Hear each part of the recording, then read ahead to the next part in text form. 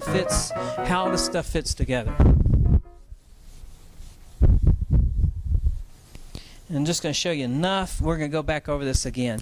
But change happens like this. Here you are, and here you want to be. Okay, how do you get there? And there's one point, another point. What's the easiest way to get there? Yeah, easiest way to get there is a straight line. A lot of people think that's how it happens. Just a straight line. Okay, so some people think it's a steps change where you go like this. Yeah, whatever the steps are. Okay, that makes sense too. You see that? Several, maybe 2 steps, maybe 3 steps, maybe 100 steps, right? And then in real life, here's what happens. It goes like this. Okay, now you're the manager, and it's your job to go from here to here, manage a change. When you're right here, how you feeling? I mean, you don't know if it's ever going to go back up, right? So how does your boss feeling about you? If you're a politician, how are the people feeling about you? And there's no way to get around it. So ignorance will drive stupid decisions. Because ignorance says that, oh, we're here, see how bad we've gotten? We made this some change. Well, if you make a change here, you vote someone else into office. And then what usually happens, we should have been doing what we were doing before. Okay, let's change back and do that plan again.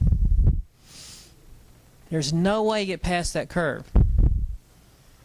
Okay, now you can minimize that curve a little bit, but this curve is called the Valley of Despair by some people. And the Valley of Despair tells you something. It's related to what people go through when they're going through change. They despair it. That's the whole concept behind it. But that's not the way change happens in the 21st century anymore. Because I'm going to tell you something.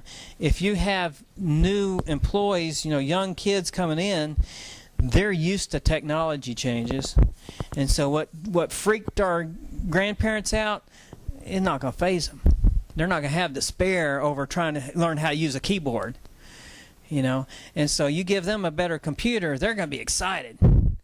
So this dip's still going to happen, but it's not because it's despair. It's because I'm excited. Now I got to figure out how to use it. So it's going to take 3 weeks to learn how to use it. That's the learning curve. That's not despair. All right? And I guarantee everything has a learning curve, but that ain't all. You're going to have to invest money before you get a return on investment.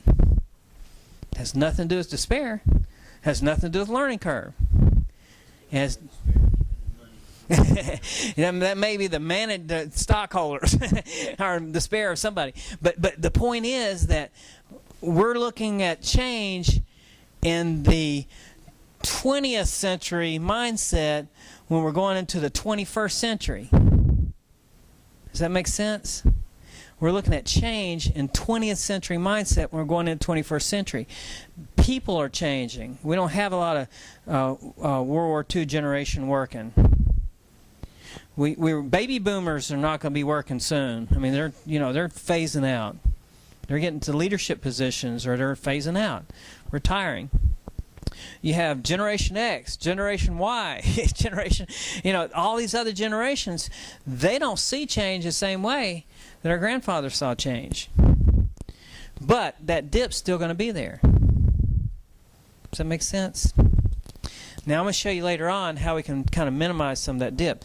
But if we were going to look at that, there's really 3 phases to this. There's the before the change and after the change. So it's before, during, and after. Okay? Now notice anything about it? Your dip starts before the change starts. Because you're starting to invest money, invest time, planning, people are starting to say, where's my job going to go? So there may be some despair. My job's going to be gone. There's all kinds of things happening. So that dip's going to start before the change starts. and you're still going to be coming out of it after the change ends. So if you implement a new IT system, they're still learning how to use it. The operators are, even though you're teaching them, right? So you're not going to plateau out for a while after that. This whole process of managing this is called, does that look familiar to anybody? That triangle familiar to anybody? Bermuda Triangle? No. This is the 3 constraints of project management. Project management is the process of implementing a change. You're going to implement any change, it's a project. And project management, bigger the change, the more projects involved, becomes a program. A whole bunch of projects. But this, you have to control cost, you have to control quality or scope, what you're trying to do, and you have to control schedule. So cost, schedule, and requirements, maybe cost, schedule, requirements. That is the 3 constraints of project management. You're controlling cost, you're controlling schedule, and you're controlling requirements, what you're trying to do. Okay? Now, every organization is going to become more and more a master of change, or they're going to go away, and they're going to have to master project management, because that's what you do to implement change. And your number 1 job is to make yourself obsolete. Because if you make yourself obsolete, then you own it. If someone else makes you obsolete, they own it. So you should be in a position to try and make what you do obsolete, so that you're in the driver's seat of actually doing